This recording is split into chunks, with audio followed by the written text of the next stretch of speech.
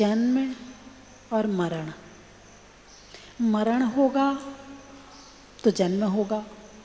जन्म हुआ है, अरे बोलिए ना, तो मरण होगा, है ना। मरण के बाद जन्म, जन्म के बाद मरण। ऐसा नहीं है कि जन्म के बाद फिर से जन्म हो जाए, ये मरण के बाद फिर से मरण हो जाए, ऐसा नहीं है। क्या है? जन्म मरण। मरण हुआ है फिर जन्म होगा, है ना। तो यदि जन्म सुधारना है तो क्या करना पड़ेगा? मरण सुधारना पड़ेगा। जन्म सुधारना है तो मरण सुधारना पड़ेगा, और मरण सुधारना है तो क्या करना पड़ेगा? जीवन सुधारना पड़ेगा। जैसे एक बच्चा परीक्षा की तैयारी पूरे साल करता है, मेहनत करता है, याद करता है, कई बार तो भोजन भी नहीं करता है, कई बार कम खाता है, कम सोता है। क्यों? किसकी तैयारी चल रही है? परीक्षा की तैयारी चल रही है। अच्छे अंक से प्राप्त होना है, मुझे ये बनना है, मुझे वो बनना है। बहुत मेहनत करता, 18 घंटे पढ़ाई करता है। वो खाने का सुख छोड़ता है, वो सोने का सुख छोड़ता है, वो घूमने का सुख छोड़ता है, वो मित्रों का सुख छोड़ देता है। किस लिए? अच्छी पोस्ट पाने के लिए, हैं। पास होगा तभी तो मिलेगी, पास नहीं होगा तो कैसे मिलेगी। तो जब एक सामान्य सा, जो एक सीए है, इंजीनियर है, वकील है, डॉक्टर है, ये बनने के लिए तुम्हें संसार के सुख छोड़ने पड़ते हैं, तो तुम्हें भगवान बनना हो तो क्या क्या नहीं छोड़ना पड़ेगा? अरे बोलिए ना, भगवान बनना हो तो क्या क्या नहीं छोड़ना पड़ेगा? हैं? त्याग से ही जीवन महान बनता है। एक बार दो जने बैठे थे, एक के पास पैसे थे, एक के पास नहीं थे। तो पहला बोला, जो कुछ होता है सब पैसे से होता है, इस पैसे की दुनिया में पैसे से सब कुछ होता है। दूसरा बोला, पैसे से कुछ नहीं होता है, जीवन में जो होता वो त्याग से होता है। अब दोनों को नदी पार करनी थी। बोले, तेरे पास पैसे हैं? बोले, नहीं है। चल मैं पार करवाता हूँ तुझे, मेरे पास पैसे हैं। दोनों बैठ गए, फिर उस साइड गए। बोले, देखा मेरे पैसे काम आए कि नहीं आए? बोले, नहीं, पैसे काम नहीं आए, पैसे का त्याग काम आया। क्या काम आया? पैसे का त्याग। तू पैसे का त्याग ना करता तो कैसे होता? तो जो मिलेगा वो त्याग से मिलेगा। किससे मिलेगा? थोड़ा छोड़ोगे थोड़ा मिलेगा, ज़्यादा छोड़ोगे ज़्यादा मिलेगा, बहुत छोड़ोगे बहुत मिलेगा, सब कुछ छोड़ोगे भगवान मिलेगा।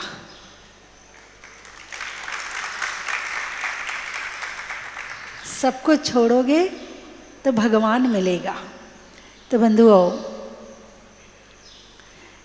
जन्म सुधारना है तो मरण सुधारना होगा, और मरण सुधारना है तो जीवन सुधारना होगा। जैसे बच्चा परीक्षा की तैयारी करता है, ऐसे मृत्यु भी एक परीक्षा है।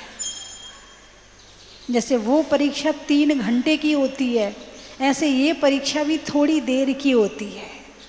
थोड़ी देर में ही पूरा तुमने साल भर जो मेहनत करी है वो 3 घंटे में जूस निकल जाता है सारा।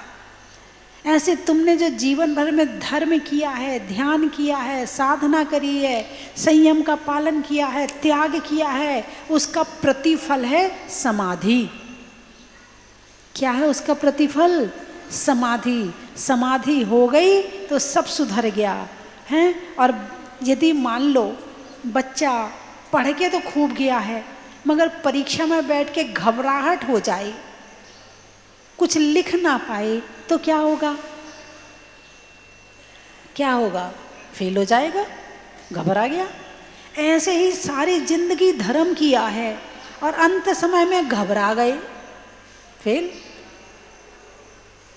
हिम्मत वाला चाहिए समाधि करने के लिए, धैर्य चाहिए, सहनशीलता चाहिए, त्याग की भावना चाहिए। वो जीव ही समाधि करता है और जिस जीव की समाधि होती है उसका जन्म सुधर जाता है और जिसका जन्म सुधर गया उसका जीवन सुधर गया। एक पहले मृत्यु से समाधि, फिर समाधि से निर्वाण। निर्वाण का रास्ता कहाँ से खुलता है? समाधि से। और समाधि हो गई तो कम से कम 3-4 भाव और ज़्यादा से ज़्यादा 7-8 भाव में मोक्ष की प्राप्ति हो जाती है। फिर क्या होता है? मोक्ष मिल गया तो मोक्ष में जन्म होता है क्या? नहीं होता। फिर नहीं होता तो फिर मरण भी नहीं होता होगा। जब मोक्ष में जन्म नहीं है तो मरण भी नहीं है। जहाँ जन्म है वहाँ मरण है? तो जन्म का कष्ट है या है कि नहीं है? जन्म एक वेदना है कि नहीं है? हैं? जन्म में खुशी है कि दुख है? जब तू आया जगत में, जब तू आया जगत में, जगत हंसा तुम रोए। बच्चा कैसा पैदा होता है? रोता हुआ कि हंसता हुआ? बोलिए, ऐसा कौन सा बच्चा है जो हंसता हुआ पैदा होता है? कोई भी नहीं है, हैं? और बच्चा रोता हुआ पैदा ना होए तो उसे रुलाया जाता है। पीट पीट के, मार मार के, थपकी मारेंगे, उसे मारेंगे, रो रो रो। तुम्हारा जन्म कैसे हुआ है? रोते हुए हुआ है। जब तुम आए जगत में, जगत हंसा तुम रोए, और ऐसी करनी कर चलो तुम हंसो जग रोए। मतलब तुम हंसो और जग रोए। ऐसी करनी कर चलो तुम हंसो, तुम कहो बाय बाय टाटा और लोग कह रहे नहीं मत जाओ, नहीं तुम्हारे बिना रह नहीं पाएंगे। यदि ऐसा जीवन जिया है तो समझना आपने अपने जीवन में सफलता प्राप्त करी है। और कोई यदि ऐसा जीवन जिए, हे भगवान ये कब इस घर से निकले, हे भगवान ये कब इसके नमों से धाड़म हो जाए, हे भगवान इसका तो रहना दुश्वार हो रहा है, समझना तुमने अपना जीवन भी खराब कर लिया और जो साथ में रह रहा है उसका जीवन भी खराब कर दिया। ये इस बात का प्रतीक है कि जन्म में कष्ट होता है, बच्चा रोता हुआ पैदा होता है। जन्म हुआ था तो 9 कषाय में से कौन सी कषाय आई? रोने वाली कषाय। कौन सी कषाय आई? रोने वाली कषाय आई। इसका मतलब जन्म एक दुख है और मृत्यु उससे बड़ा दुख है। जन्म तो दुख है ही, लेकिन मृत्यु उससे बड़ा दुख है। क्यों भाई, क्यों दुख है? अभी यहाँ एक सांप आ जाए, प्रवचन चल रहा है ना, कितने लोग शांति से बैठे रहेंगे? अरे बोलिए ना, सब भाग जाएंगे। मुझे छोड़ के यहाँ अकेला भाग जाएंगे सब?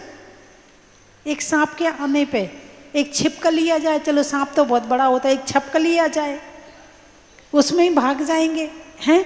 क्यों क्यों भाग रहे हो? भागने का कारण बताओ। अब कारण पे जाओ। यदि छिपकली आई तो तुम क्यों भागे? काट ना ले, मर जाएंगे। सांप है, जहर चढ़ता है, मर जाएंगे। किससे डरते हो? मरने से डरते हो। किससे डरते हो? और जो मरने से डरता है उसे बार बार जन्म लेना पड़ता है और मरना पड़ता है।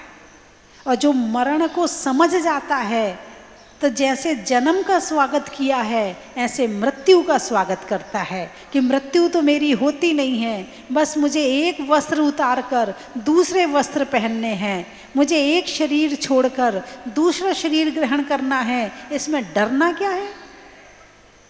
इसमें डरने वाली क्या बात है? मैंने एक कविता परसों सुनाई थी, कहो तो फिर से सुना दूं? हैं? बचपन गया कोई नहीं रोया। बचपन गया, बचपन से जवान हो गए तो बचपन चला गया।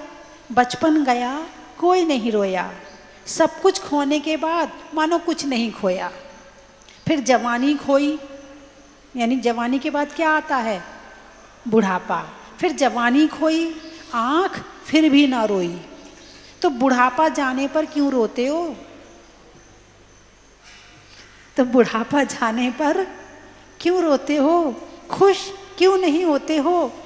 जिंदगी ने बचपन जवानी लेकर बुढ़ापा देने का बदला लिया, पर धन्य है मौत जिसने बुढ़ापे को बचपन में बदल दिया।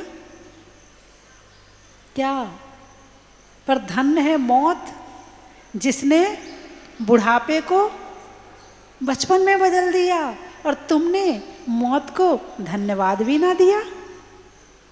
तुमने मौत को, हाँ, मौत को तो इतनी गालियां मिलती हैं, इतना कोसते हैं लोग, इतना बुरा भला कहते हैं लोग, जबकि मृत्यु तो मृत्यु, जन्म हुआ है तो मरना तो है। अब कब मरना है ये बात अलग है, मरना तो है। जीवन में कुछ मिले ना मिले, मृत्यु जरूर मिलेगी। अब जो चीज़ निश्चित है उससे डरना क्या? और ठीक है, ऐसा होना है, अब होना ही है, उसमें डरने वाली क्या बात है? तो मृत्यु को गालियां तुम दोगे तो मृत्यु नहीं आएगी, ऐसा नहीं हो सकता है। तुम अच्छा कहोगे तो भी आएगी, तुम बुरा कहोगे तो भी आएगी, तुम डरोगे तो भी आएगी, हंसते हंसते जाओगे तो भी आएगी, रोते रोते जाओगे तो भी आएगी। वो तो आएगी आएगी, वो तो पक्का आएगी, वो तुम्हें छोड़ने वाली नहीं है। अच्छा, मुझे एक बात बताओ, जैसे एक लाइन लगी है, ठीक है, और बहुत सारे व्यक्ति उस लाइन में लगे हैं, और सामने एक खिड़की में टिकट मिल रही है, तो जैसे जैसे एक एक व्यक्ति की टिकट मिलती जाती है, सरकता जाता है, तो उसका नंबर तो आएगा ना कभी, जो पीछे वाला उसका नंबर तो कभी ना कभी आएगा ना। जैसे जैसे टिकट मिलती जा रही है वो सरकते जा रहा, फिर खसक गए, फिर खसक गए, है ना। ऐसे ही जन्म लेने के बाद आप किसकी लाइन में लगे हो? अरे बोलिए ना, जन्म लेने के बाद में आप किसकी लाइन में लगे हो? मृत्यु की लाइन में लगे हैं। कोई 1 साल में चला जाता है, कोई 2 साल में चला जाता है, कोई 3 साल में चला जाता है, कोई 10 में जाता है, कोई 15 में जाता है, कोई 20 में जाता है, कोई 25 में जाता है, कोई 30 में जाता है, कोई 40 में जाता है, कोई 90 तक पहुंच जाता है। जैसे एक खेत में किसान बीज डालता है तो सारे बीज के पेड़ बने, ये कोई ज़रूरी नहीं है। सारे बीज के पेड़ बने ये कोई ज़रूरी नहीं है। उसमें से कुछ बीज चिड़िया चुग जाती है, उसमें कुछ बीजों में कीड़े लग जाते हैं, उसमें से कुछ बीज गल जाते हैं पानी में, उसमें से कुछ बीज जो होते हैं वो अपने आप ही खराब हो जाते हैं, है ना। तो इस तरह से कुछ जो फसल होती है तो कभी कोई गाय आके खा जाती है, वो पूरी नहीं हो पाती, गाय आके खा जाती, किनारे किनारे की खा जाएगी, कहीं कुछ ना कुछ हो जाता। जितने दाने डाले हैं सबके पेड़ नहीं बनते हैं। ऐसे ही एक तारीख में जितने लोगों ने जन्म लिया है उस तारीख के लोग कहाँ तक कौन पहुँचेगा इस बात की कोई गारंटी नहीं है। तो जन्म लेने के बाद आप किसकी लाइन में लगे हो? अरे बोलिए ना, अब वो नंबर कब आएगा, वो खिड़की कब आएगी, किसकी पता नहीं है। लाइन में सब लगे हैं। जन्म लेते हम किस लाइन में लग गए? मृत्यु की लाइन में। तो कोई 60 में जाता है, कोई 50 में जाता, कोई 70 में जाता। जब आखिरी सांस आती है उसको आप मृत्यु कहते हो। बोलिए हाँ या ना। जब आखिरी सांस आती है उसको आप क्या कहते हो? मृत्यु कहते हो। लेकिन क्या प्रतिक्षण सांस कम नहीं हो रही? भाई एक डब्बे में 100 सोने के सिक्के रखे हैं, आपने एक सिक्का दिया, 2 दिया, कितने कम हो गए? 2 कम हो गए। कितने बचे? 98। अब आप देते रहे तो आखिरी सिक्का देने के बाद डब्बा खाली हुआ। लेकिन हर सिक्के में कमी तो आ रही है ना। जब जब सिक्का निकाल रहे हो तो कमी तो आ रही है ना। तो जितनी सांसें छोड़ रहे हो वो भी एक छोटी मृत्यु है। इसको कहते हैं अविची मरण। क्या कहते हैं इसको? अविची मरण। प्रति क्षण मरण हो रहा है। जितनी सांसें कम हो रही हैं उतनी सांसें हम मर रहे हैं। और जब आखिरी सांस खत्म हो जाएगी बिल्कुल, तब हम उसको कहते कि वो पूरा मर गया। बात समझ में आई कि नहीं आई? जब आप ध्यान करो, ध्यान में क्या करना है बैठ के? यही करना है बैठ के, सांसों पे ध्यान करो बैठ के। सांस को देखो, एक सांस आ रही ये जीवन है, जो सांस छूट गई वो मृत्यु है, जो सांस आ रही वो जीवन है, जो सांस छूट गई वो मृत्यु है। दो सांसों का खेल है। क्या है? दो सांसों का खेल है, इससे ज़्यादा कुछ भी नहीं है। और मिट्टी का शरीर क्या होगा? मिट्टी में मिल जाएगा। आत्मा दूसरे शरीर को पास चली जाएगी, उसमें जीने लगेगी। जीव का स्वभाव जीना है, वो मरता नहीं है। ये शरीर खराब होगा, इसे छोड़ देगी, दूसरे शरीर में चली जाएगी। एक भजन याद आ रहा, कहो तो सुना दूं? सुना दूं? क्या बात है। मिल माटी में जाना है, जरा देर लगेगी। मिल माटी में जाना है, जरा देर लगेगी। फानी ये जमाना है, जरा देर लगेगी। हो मिली माटी में जरा देर। हाथों की लकीरों को बदलेंगे वीर प्रभु। हाथों की लकीरों को बदलेंगे वीर प्रभु। सर दर पे झुकाना है, जरा देर लगेगी। मिली माटी में जाना है, जरा देर लगेगी। ये काठ की बांसुरिया गाएगी भला कब तक। ये काठ की बांसुरिया गाएगी भला कभी तक। दो सुर का सांस आने जाने वाली, दो सुर का तराना है, जरा देर लगेगी।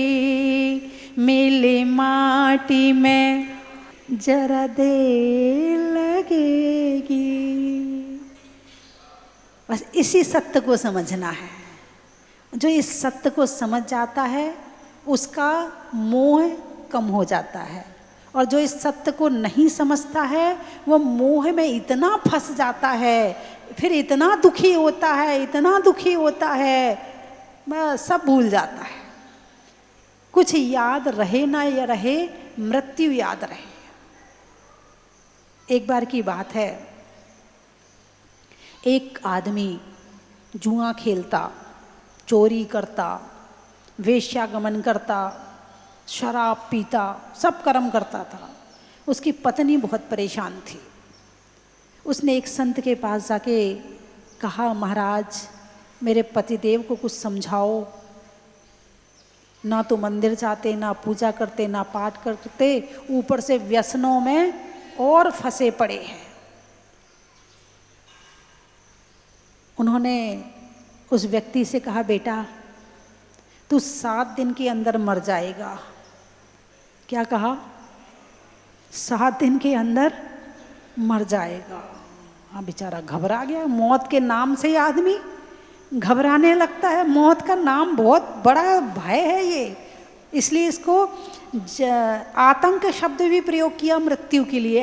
आतंक आशा जरातंक के जन्मांतक भयस्मया, जन्म और आतंक यानी मृत्यु। तो अब वो तो घबरा गया, अब वो ना तो उससे शराब पी जाए, ना उससे जुआ खेला जाए, ना उससे वेश्या के पास जाया जाए। वो तो जाके मंदिर में बैठ गया, नमो अरिहंताड़म नमो सिद्धाड़म नमो अरिहंताड़म नमो सिद्धाड़म नमो अरिहंताड़म। हे भगवान अब क्या होगा, नमो अरिहंताड़म नमो सिद्धाड़म। 1 दिन हो गया, 2 दिन हो गए, 3 दिन हो गए, 6 दिन हो गए, अब 6वें दिन आएगी, अब 7वें दिन आएगी, 8वां दिन आ गया। गया महाराज आपकी बात तो झूठी हो गई। बोले क्या झूठी हो गई? आपने कहा था 7 दिन के अंदर मर जाओगे। बोले 7 दिन के अंदर ही मरोगे, सोमवार मंगलवार बुधवार गुरुवार शुक्रवार शनिवार, इससे बाहर जा ही नहीं सकते तुम। मैंने झूठ नहीं कहा, 7 दिन का मतलब ये 7 दिन थे। अच्छा ये था क्या? अच्छा, लेकिन मैं तो कुछ और समझा, इसलिए मैं तो मंदिर में जाके बैठ गया। मौत का भय आते ही भगवान याद आते हैं। और जब तक तुम्हें मौत का भय नहीं होता है ना, तब तक तुम खूब शराब पियोगे, ये करोगे, ये दुनिया भर के गलत काम करोगे। और जैसे ही पता चल जाए कि मरने वाले हैं, अब तो भगवान तुम ही बचा लो, बहुत पाप किए हमने, अब तुम ही हमारे पापों को काट दो। अब तुम्हारे सिवा कोई नहीं है दुनिया में जो मेरे पापों को काट सके। तो क्या याद रखना चाहिए जीवन में? आए हैं तो जाना है, और क्या साथ लेकर आए, क्या साथ लेकर जाना है। ना कुछ लाए हैं और ना कुछ ले जाना है। तो जन्म भी एक दोष है और मृत्यु भी एक दोष है। आत्मा का ना जन्म होता है ना मरण होता है। किसका? थोड़े दूर से रख के बैठ जाओ, दूर से रख जाओ। हाँ, आत्मा का न जन्म होता है न मरण होता है। किसका हो रहा है? नया शरीर लेना जन्म, और नया जो शरीर लिया था उसका छूटना मरण। ये है जन्म मरण की परिभाषा। आत्मा कैसी है? अजर अमर और अविनाशी है, अखंड है, ये कभी मरती नहीं है। यदि कभी शरीर जल जाए तो शरीर जलता है, आत्मा छोड़ देती शरीर को, क्योंकि शरीर अब रहने लायक नहीं रहा, क्योंकि वो जल गया है, इसलिए वो छोड़ देती शरीर को और चली जाती है। कोई पानी में गिर जाए, डूब जाए तो शरीर गल जाता है, सांस नहीं आती है, तो फिर ये शरीर रहने लायक नहीं रहा, तो आत्मा निकल जाती है। इसका नाम है मृत्यु। तो क्यों हो रही है हमारी जन्म और मृत्यु? किसके कारण हो रही है?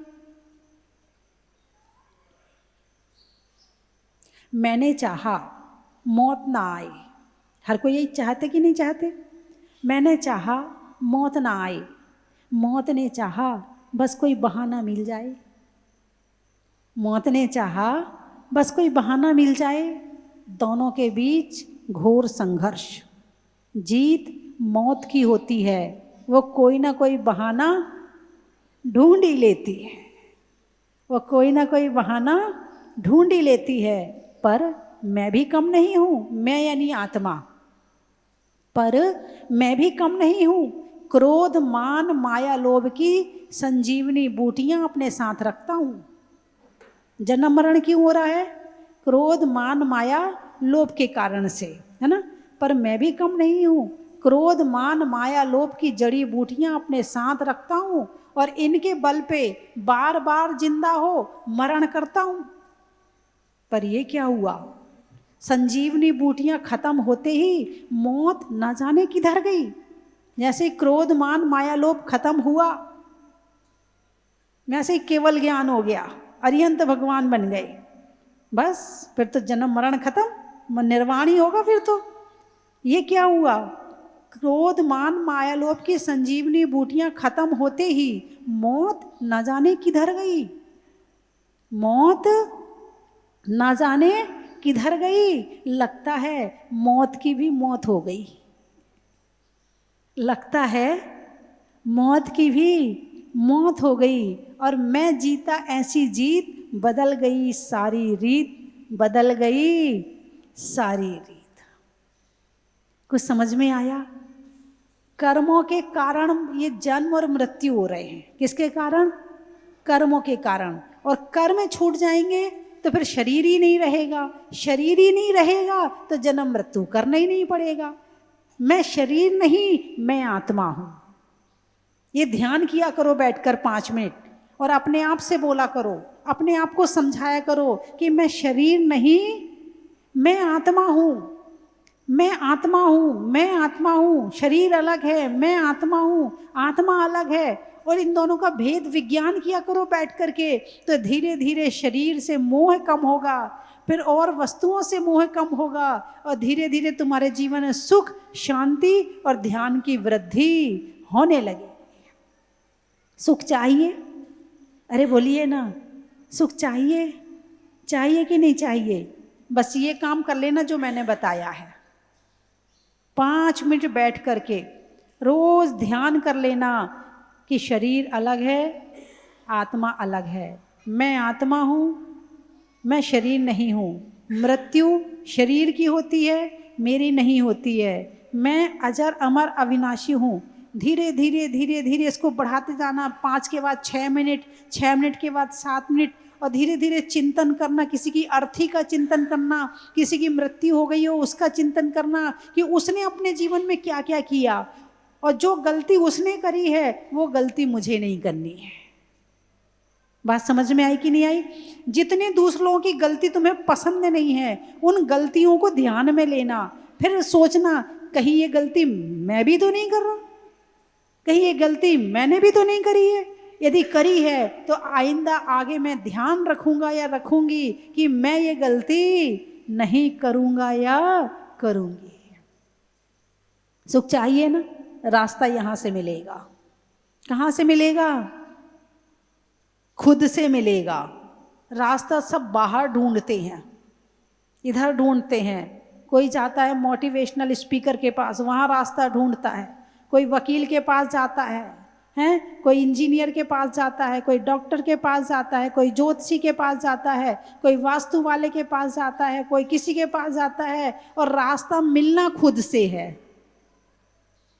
सारे रास्ते जितने हैं ना लौट फिर के यहीं आएंगे। ज्योतिषी के पास जाओगे थोड़ा बहुत तो बता देगा, फिर कहेगा देखो जी ये कर्म आपका है, भोगना तो पड़ेगा, ये उपाय कर लो, हो जाता है तो ठीक है, नहीं तो आपके कर्म का उदय है। ज्योतिषी ने आपको आपके पास भेज दिया, ठीक है। डॉक्टर के पास गए, बीमारी ठीक नहीं, देखो जी आपने गलती करी थी, अब ये हमारे बस का रोग नहीं है, आप दूसरे डॉक्टर के पास जाओ। दूसरा वाला दूसरे के पास भेजेगा, तीसरा वो दिल्ली भेज देगा, दिल्ली वाला विदेश भेज देगा, विदेश वाला कहेगा जी अब आप तो भगवान को याद करो। किसको किसके पास भेज दिया? अरे बोलिए ना, और भगवान मेरे अंदर, तो मैं अपने भगवान के पास आ जाओ। डॉक्टर ने आपको अपने पास भेज दिया। दुनिया में जिसके पास जाओगे वो आपके ही पास भेजेगा, और जब आपको अपने पास ही आना है तो पहले आ जाओ ना। पहले वो ध्यान कर लो ना, पहले वो चिंतन मनन कर लो, तो तुम्हें दुनिया में फिरने की जरूरत ही नहीं पड़ेगी। भगवान के दर्शन क्यों करते हैं?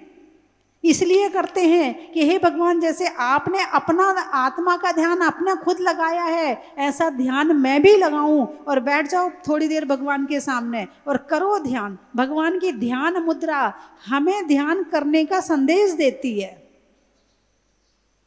और हम लेते नहीं, हम तो पूजा करते। हमारा तो नियम है पूजा करने का, हमारा तो नियम है माला फेरने का।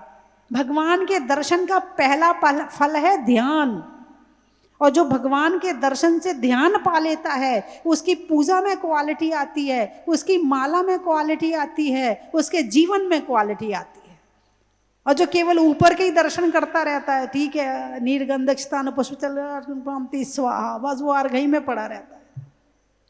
मैं ये नहीं कह रही कि पूजा मत करो, पूजा करो, लेकिन पूजा के पहले ध्यान करो, माला के पहले ध्यान करो।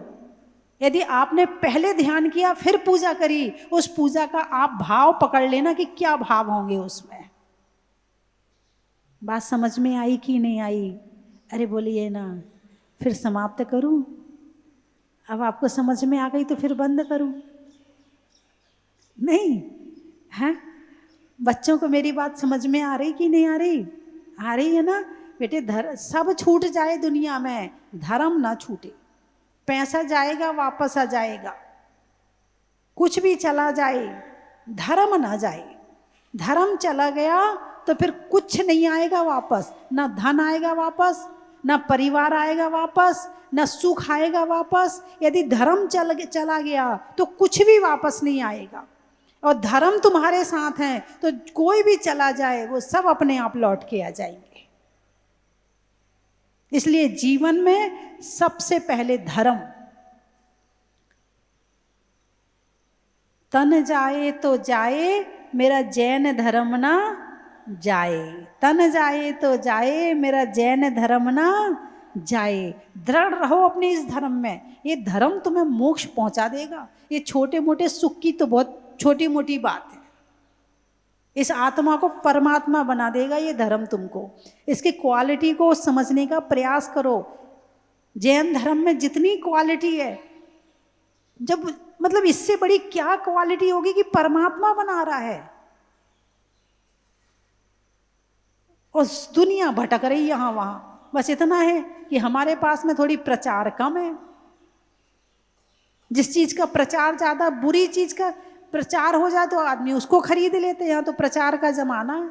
शराब का प्रचार करो तो लोग शराब पीते हैं, गुटखा का प्रचार करो तो गुटखा खाते हैं। यहाँ तो प्रचार का जमाना है। प्रचार नहीं है धर्म का तो तुम्हें लगता ही नहीं कि अपना धर्म महान है।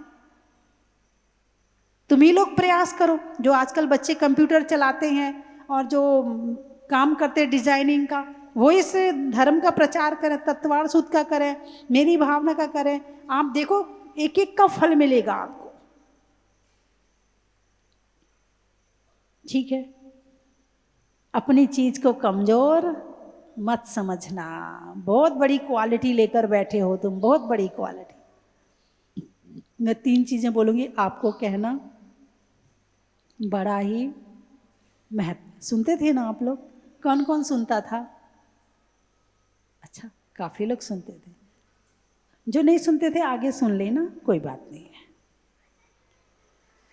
हाँ, ये बच्चा तो रोज सुनता है, वैसे चाहे खेलता रहेगा, लेकिन जैसे टीवी में प्रवचन आएंगे, इसकी मम्मी बताती है, जैसे टीवी में प्रवचन आएंगे बिल्कुल शांति से बैठ जाएगा। इस कहने की जरूरत नहीं पड़ेगी कि शांति से बैठ जा। दिन भर कहना पड़ता शांति से बैठ जा, और प्रवचन आते तो कहना नहीं पड़ता शांति से बैठ जा। पूरे प्रवचन समझता है ये। और बहुत सारे बच्चे हैं जो सुनते हैं। हिंदी में मात्रा का, स्कूल में छात्रा का, और आज आपकी जहाजपुर की यात्रा का। स्वभाव में नर्म का, भोजन में गर्म का, और प्राप्त होने में जैन धर्म का। कर्म के हरने का, पर्वत पर झरने का, और धर्म को अच्छी तरह से करने का। बड़ा ही महत्व है।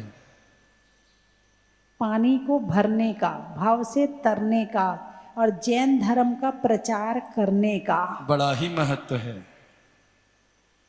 कहाँ कहाँ से आए हो? रानीपुर। गाने में सुर का, नृत्य में नूपुर का, आने वालों में रानीपुर का। बड़ा ही महत्व है। हुगली, हुगली कर्नाटक। सोनगिर, उदगिर। अच्छा, उदगिर। अच्छा, शरीर में सर का, पक्षी में पर का, और महाराष्ट्र के उदगिर का। बड़ा ही महत्व है। आम की बोर का, नेता में दौर का, आने वालों में इंदौर का।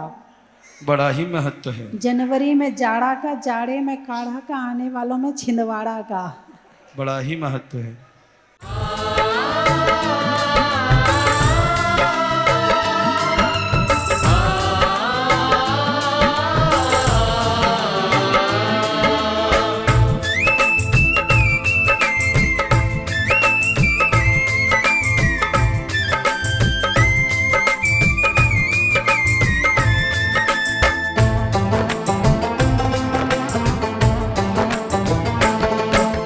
जय हो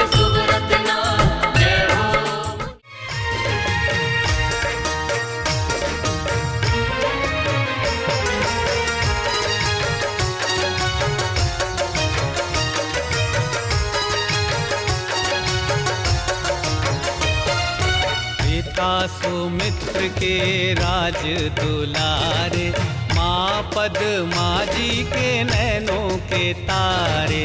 पिता सुमित्र के राज दुलारे, माँ पद्मा जी के नैनों के तारे।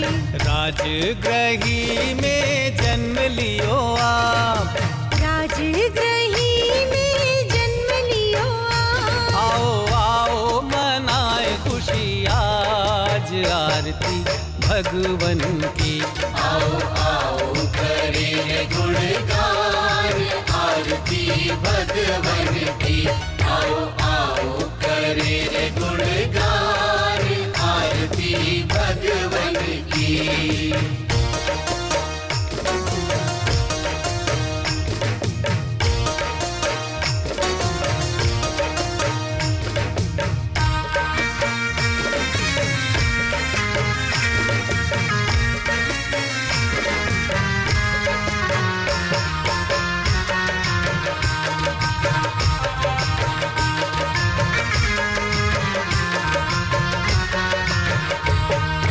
घी कपूर बाती से ज्योति को जला के, प्रभुवर के चरणों में शीश को नवा के। घी कपूर बाती से ज्योति को जला के, प्रभुवर के चरणों में शीश को नवा के। प्रभुवर की